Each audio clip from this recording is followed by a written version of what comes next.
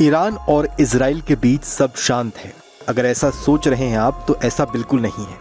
Iran अब एक ऐसे प्लान पर काम कर रहा है जो अगर कामयाब हो गया तो झटके में इजराइल तबाह हो सकता है।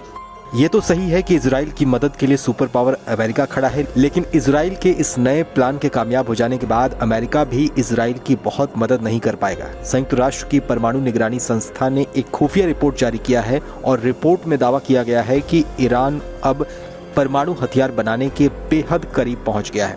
आपको बताएं तो ईरान को लेकर बीते कुछ सालों में कई बार ऐसी रिपोर्ट सामने आ चुकी हैं जब ईरान के द्वारा परमाणु हथियार बनाने को लेकर दावा किया जाता रहा है। बड़ी बात यह है कि अमेरिका समेत तमाम बड़ी बड़ी एजेंसियां ईरान को परमाणु हथियार बनाने से रोकना चाहती हैं, लेकिन इसके बावजूद ईरान इस योजना पर तेजी से काम कर रहा है।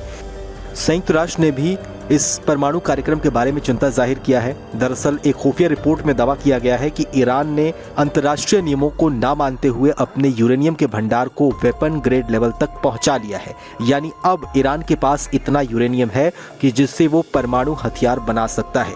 रिपोर्ट की माने तो 17 अगस्त तक ईरान के पास 60% तक संवर्धित यूरेनियम का 164.7 किलोग्राम यानी 363.1 पाउंड भंडार था। मई में आई रिपोर्ट के बाद इसमें 22.6 किलोग्राम यानी करीब 49.8 पाउंड की बढ़ोतरी हुई है। ईरान ऐसा करने वाला इकलौता गैर परमाणु हथियार वाला देश है। ऐसे में इस डेटा के आधार पर ही कहा जा रहा है कि ईरान अपने यूरेनियम के भंडार को परमाणु हथियारों के लिए बढ़ा रहा है। करीब 2 हफ्ते पहले अमेरिका की हाउस इंटेलिजेंस कमेटी की एक रिपोर्ट में दावा किया गया था कि ईरान इस साल के आखिर तक खुद को परमाणु हथियार संपन्न देश घोषित कर सकता है।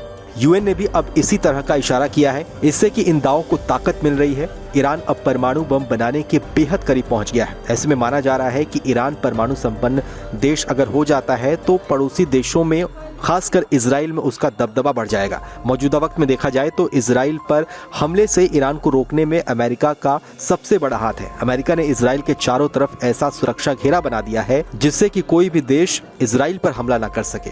इजराइल पर किसी भी हमले के वक्त अमेरिका ने साफ कहा था कि वो इजराइल के साथ खड़ा है।